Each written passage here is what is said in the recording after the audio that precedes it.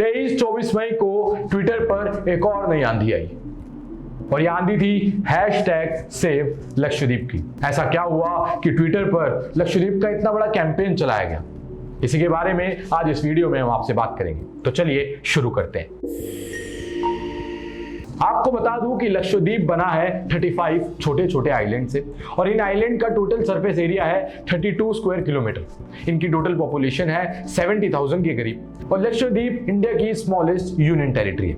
अब यहाँ पर ना तो इनकी खुद की लेजिस्लेटिव असेंबली है, ना ही सीएम है, ना ही एलजी है, तो गवर्नमेंट यहाँ पर काम कैसे करती है? तो यहाँ पर जो गवर्नमेंट स्ट्रक्चर है वो 3 चीजों पर डिवाइड है। पहला, लोकसभा में लक्षद्वीप का एक एमपी होता है। दूसरा, लोकल सेल्फ गवर्नमेंट होती है लाइक पंचायत। और तीसरा, जो प्रेसिडेंट होते हैं वो लक्षद्वीप के लिए एक एडमिनिस्ट्रेटर अपॉइंट करते हैं जो कि वहां की गवर्नेंस का पूरा जिम्मेदार होता है, रिस्पॉन्सिबल होता है। 2020 तक जो यहाँ के एडमिनिस्ट्रेटर थे वो थे दिनेश्वर शर्मा, जो कि एक आईपीएस ऑफिसर थे और इससे पहले भी वेल एजुकेटेड आईएएस और आईपीएस ऑफिसर्स को ही यहाँ का एडमिनिस्ट्रेटर बनाया जाता था। लेकिन 2020 दिसंबर में जब इनकी डेथ हो गई तब पहली बार एक आईएएस या आईपीएस ऑफिसर नहीं, एक पॉलिटिशियन यहाँ का एडमिनिस्ट्रेटर बना जिसका नाम था प्रफुल्ल के पटेल। और साथ ही दादरा और नगर हवेली जो कि यूनियन टेरिटरी है उनका भी इन्हें एडमिनिस्ट्रेटर बनाया गया। और इनके एडमिनिस्ट्रेटर बनने के बाद से लक्षद्वीप में हालात खराब होने लगे, लोग सवाल उठाने लगे, अपनी आवाजें उठाने लगे। ऐसा क्या हुआ, इसी के बारे में हम आपसे बात करते हैं। केरल के राज्यसभा के एक एमपी एलामारम करीम ने प्रेसिडेंट रामनाथ कोविंद को एक लेटर लिखा जिसमें उन्होंने कहा कि जो लक्षद्वीप के एडमिनिस्ट्रेटर है, जो कि बीजेपी के भी एक लीडर है प्रफुल्ल पटेल, उनको एंटी पीपल पॉलिसीज इंप्लीमेंट करने के लिए वापस इंडिया बुला लिया जाए। और साथ में करीम ने यह भी कहा कि रिफॉर्म और डेवलपमेंट के नाम पर प्रफुल्ल के पटेल लक्षद्वीप के लोगों की लाइफस्टाइल खराब कर रहे हैं, लक्षद्वीप को बर्बाद कर रहे हैं। और साथ ही लक्षद्वीप के लोकल एमपी मोहम्मद फैजल ने कहा कि जब से ये पॉलिसीज आने लगी हैं तब से जनवरी से लेकर अब तक 300 से ज्यादा लोग वहां पर अपनी नौकरियां खो चुके हैं, बेरोजगार हो चुके हैं।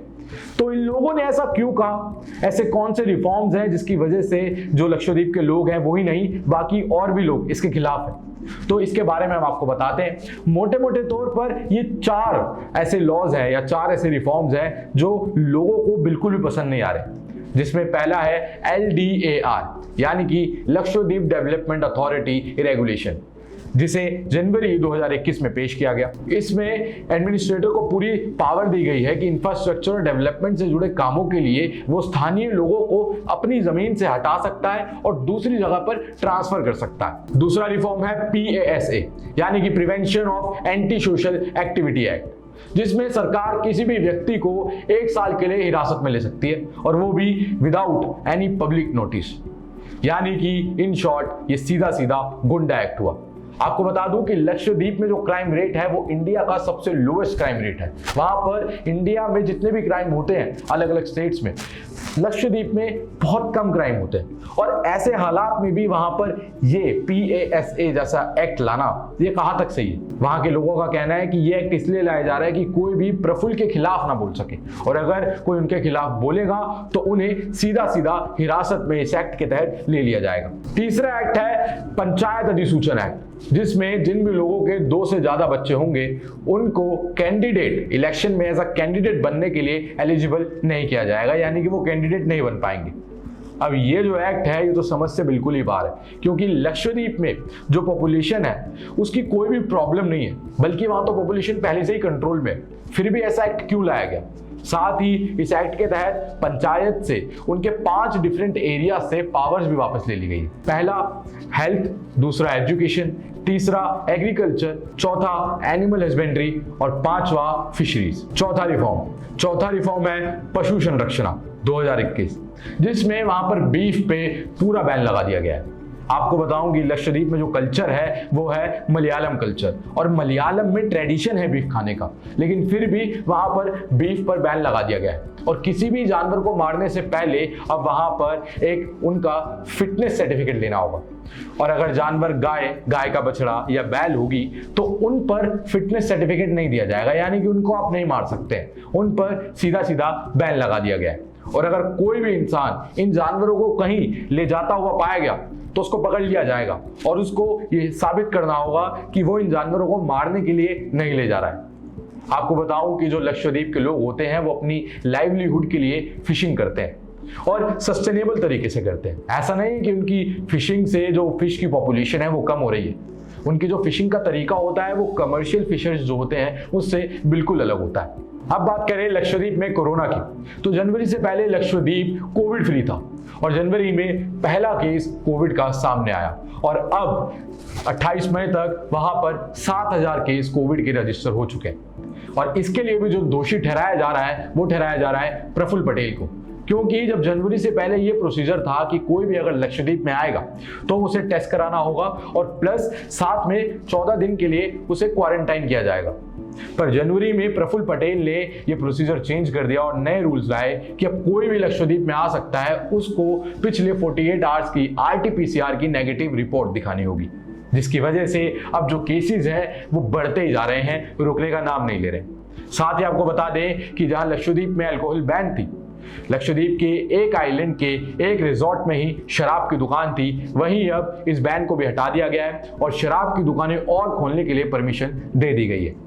और जब इन सब को लेकर प्रफुल्ल पटेल से सवाल पूछे गए तो उन्होंने कहा कि ये लक्षद्वीप में टूरिज्म बढ़ाने के लिए किया जा रहा है। उन्होंने लक्षद्वीप की तुलना मालदीव से की और कहा कि ऐसा क्यों है कि मालदीव में इतने टूरिस्ट आते हैं, लक्षद्वीप में नहीं। हम भी लक्षद्वीप में मालदीव की तरह रिजॉर्ट बनाएंगे, स्मार्ट सिटीज बनाएंगे, लेकिन इस स्मार्ट सिटीज से, डेवलपमेंट से फायदा किसका होगा? वहां के लोकल लोगों का या बड़े बड़े कैपिटलिस्ट का, जो वहां पर आकर रिजॉर्ट बनाएंगे, जिसकी वजह से नेचुरल बायोडाइवर्सिटी और इकोसिस्टम को बहुत इफेक्ट होगा, वो खतरे में आ जाएंगे। एक तो इंडिया में पहले से ही 1-2 ऐसी जगह बची है जहां नेचर अपने प्योरेस्ट फॉर्म में है, लेकिन इसके बाद वो भी नहीं रहेगा। ये जो जगह बची है ये भी धीरे धीरे बर्बाद और खत्म होती चली जाएगी। और इसी के साथ प्रफुल्ल पटेल ने कहा कि मेरा एकमात्र उद्देश्य है लक्षद्वीप में विकास करना। विकास, ये शब्द हम पिछले 7 सालों से रोज ही लगभग सुनते आ रहे हैं। विकास, और विकास के नाम पर सब कुछ हुआ है, लेकिन विकास ही नहीं हुआ है। असली मायनों में ये विकास कब होगा या होगा भी या नहीं, ये तो पता नहीं, कौन ही बताएगा। लेकिन हम इतना जानते हैं कि जो भी पॉलिसीज लाई गई हैं, ये जो भी रिफॉर्म्स लाए गए हैं, इससे लक्षद्वीप के लोगों और लक्षद्वीप पर बहुत इफेक्ट पड़ेगा। और इसी के साथ मैं इस वीडियो को यहीं खत्म करता हूं और आपसे कहता हूं कि वीडियो को लाइक करें, शेयर करें और चैनल को सब्सक्राइब करें और ऊपर दिए गए बेल आइकन को जरूर दबाएं, जिससे कि हमारी जब भी नई वीडियो आए सबसे पहले आप तक पहुंच जाए। और देखते रहें ग्लोबल नाउ 24/7। मैं तुषार अब आपसे इजाजत चाहता हूं।